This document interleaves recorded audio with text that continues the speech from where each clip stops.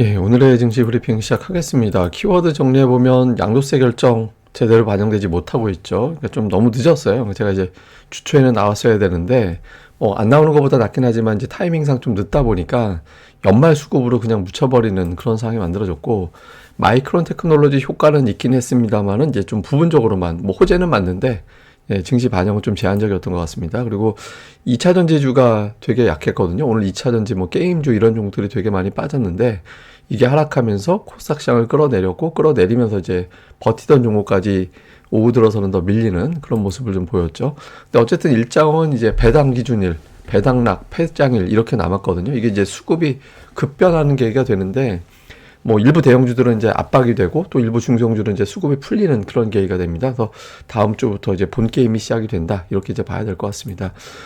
우선 이제 시장에서 오늘 주요 재료는 마이크론 테크놀로지가 워낙 급등했기 때문에 은근히 좀 기대가 있었잖아요. 그런데 생각했던 것보다는 좀 약했죠. 하이닉스가 한 4, 5% 올라가지 않을까 이렇게 기대를 했는데 그러니까 연간 상승률을 보면 SK하이닉스가 올해 들어서 87%가 올랐고요.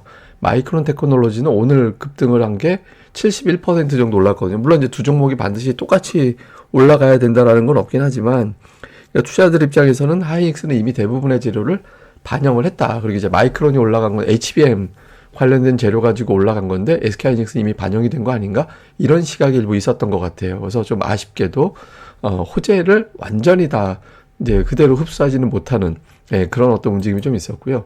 그 다음에 이제 양도세 같은 경우는 이게 이제 어제까지 좀 아리까리한 게 있었는데 이제 어제 다시 또 자료 나온 게 금년에 보유 주식 매도할 필요 없다. 어차피 보유했기 때문에 그러니까 이게 적용이 되는 거니까 그래서 여기에 대한 오해는 풀렸는데 문제는 일정이죠. 제가 이제 이번 주 초에는 나왔어야 좀 반영될 여유가 있다라고 말씀을 드렸었는데 오늘 빼고 나면 배당 기준일, 배당락, 폐장일 이렇게밖에 안 남거든요. 그러면 이제 포함해서 월요일 정도? 화요일이죠. 이제 화요일 정도밖에 이제 반영될 날짜가 없게 되는 건데 이렇게 되면 이제 투자들 입장에서 아예 어차피 그냥 배당락 때 이제 그때부터 사지 뭐 이렇게 해서 적극적인 매수를 좀 늦추는 그런 결과가 나왔을 수도 있거든요. 그래서 이제 종목들별로는 일부 좀 반응한 게 분명히 있긴 했었습니다만은 전체적으로는 크게 반응하기에는 타이밍이 조금 늦어져서 여기에 대해서 제대로 누리기는 좀 어려웠다. 이런 측면도 있었습니다.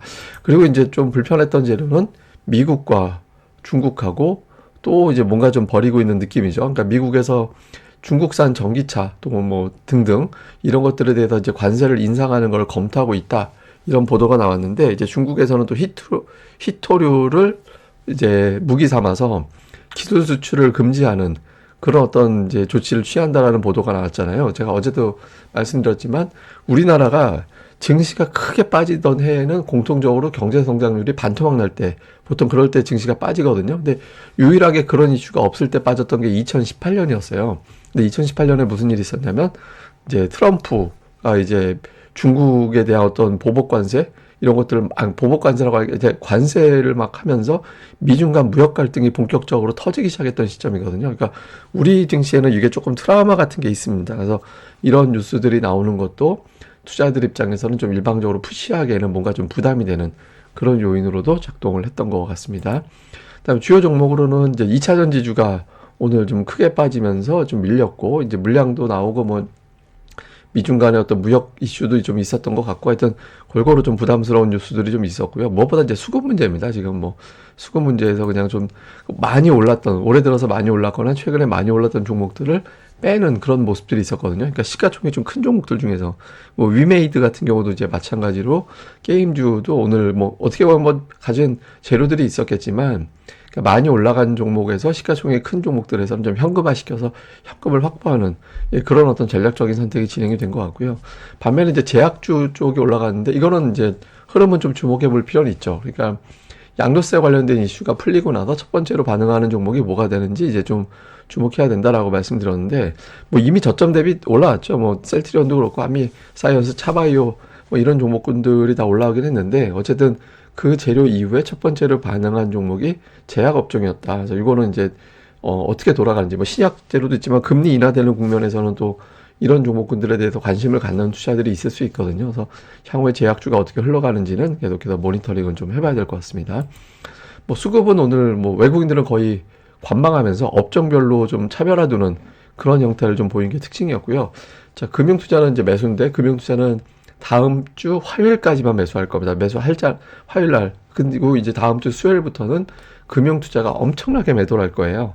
예, 그래서 이제 금융투자의 어떤 매도 반대쪽에서 그 물량을 누가 받아주느냐, 이게 되게 중요하거든요. 그래서 이제 금융투자의 역할은 거의 막바지가 됐다. 제가 이제 12월 처음에 시작하자마자 말씀드릴 때 11월 중순 이후부터 금융투자는 매수 우위, 외국인 선물도 매수 우위가 되는데 배당 날부터 그게 바뀐다라고 말씀을 드렸잖아요. 그래서 요 수급은 이제 다음 주부터는 이제 급변하게 되는 이제 그런 상황이 만들어지게 되죠.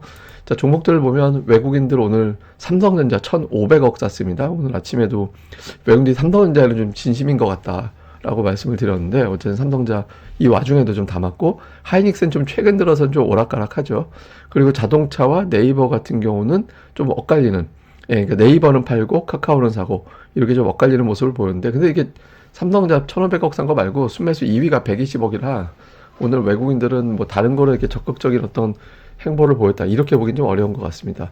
그 다음에 이제 기관 투자자들도 역시 삼성전자, HMM, 하이닉스, 현대차 뭐 등등인데 아무래도 이제 금융투자가 매수 1위 최고 매수 하다 보니까 대형주 쪽이 오른쪽에 좀 포진하는 경우가 좀 많을 수밖에 없었죠. 그리고 LG에너지 솔루션이 이제 시가총액이 높은 종목임에도 불구하고 이제 매도 쪽에 들어가 있어서 오늘 뭐 이제 업종별로 뭐 특징이 있다, 이렇게 설명하기는 애매한 것 같습니다. 다음에 이제 코스닥 쪽에서 외국인들은 뭐 이렇게 그 보통 업종을 이렇게 확 티가 나야 되는데 오늘은 그런 게 별로 없었어요. 그러니까 2차 전지도 좀 엇갈리게 매매하고 반도체라든가 제약이라든가 바이오 이런 쪽도 좀 엇갈리게 매매를 해서 외국인 투자들은 뭐 포스코 DX 세게 매수한 거 이외에는 뭐 이렇게 지금 특정 업종을 뭐 담았다라는 그런 어떤 인상을 갖기는 어렵고 기관은 뭐 더하죠 뭐. 예, 기관 같은 경우는 오늘은 이제 에코프로비엔과 에코프로를 이제 동반해서 매도하고 리노공업도 상당히 많이 올라갔던 종목인데 저런 것들을 매도하고 메디톡스, 포스코 DX 등등, 네, 그런 종목군들을 좀 매수했는데 최근에 좀 그 코스닥 쪽에서 바이오 계열의 종목들을 좀 사들였었는데 오늘은 일부 종목 말고는 그 종목 수는 조금 줄어들어서 전체적으로 조금 더 골라 담는 쪽으로 더 압축해 나가는, 예, 그런 모습을 좀 보였던 것 같습니다. 자, 시장 요약하면 PC 나옵니다. 오늘 PC 나오는데 전년 대비 2.8, 전월 대비 0% 예상하고 있고 근원은 3.4, 0.2 예상하고 있거든요. 요거 비슷하게 나오거나 살짝 아래쪽으로 나와주면 이제 다시 미국 금리 인하론 내년도에 내년도 3월부터 인하한다. 이게 또 재점화될 수도 있거든요. 이게 제일 중요한 지표니까. 그래서 오늘 데이터 중요하고요. 다음은 이제 애플에 대해서 살짝 노이즈가 있습니다. 그러니까 최근에 3조 달러 넘어가고 나서 과연 추가적으로 올라갈 수 있겠느냐. 여기에 대한 어떤 노이즈가 좀 있거든요. 그래서 그 애플이 올라가던가 아니면 이제 애플을 대체할 수 있는 뭐 마이크로소프트가 됐든 아니면 뭐 엔비디아가 됐든 뭐 좀 애플이 가지거나 아니면 그걸 대안주로 움직일 수 있는 종들이 좀 등장해 주는지 볼 필요가 있고요. 다음에 이제 일정상 배당 기준일, 예, 이때 이제 막바지 매수가 들어가는 게 있을 거고, 예, 뭐 들어갈 매수는 이미 다 들어가긴 했겠습니다만 그럴 수 있고, 그 다음에 이제 그 다음날 배당락, 이때부터 이제 기관의 매도로 확 바뀌게 되고, 반면에 중소형주 쪽에서는 이제 내년도 겨냥한 매수가 확 들어가게 되죠. 다음에 이제 폐장, 내년도에 이제 어떻게 볼 건지에 대해서 보통 근데 이제 마지막 날은 이렇게 윈도우 드레싱 시도하는 경우가 이제 적지 않긴 한데, 어쨌든 다음 주는 뭐 종목들 변동성이 엄청나게 커지는, 예, 그런 구간이라서 이제 여러분들이 이제 본격적으로 이제 전투를 벌이기 시작하는 그런 구간으로 들어가게 됩니다. 그리고 오늘 뭐 대형 IT 많이 올라간 건 아닌데 뭐 그런 거 제약주, 그다음에 창투사, 예, 이런 것들이 선별적으로 움직였고 그 외에는 뭐 이렇게 종목들이 업종 내에서도 좀 갈려서 특징적인 업종이 있다 이렇게 구분 짓기는 애매한 것 같습니다.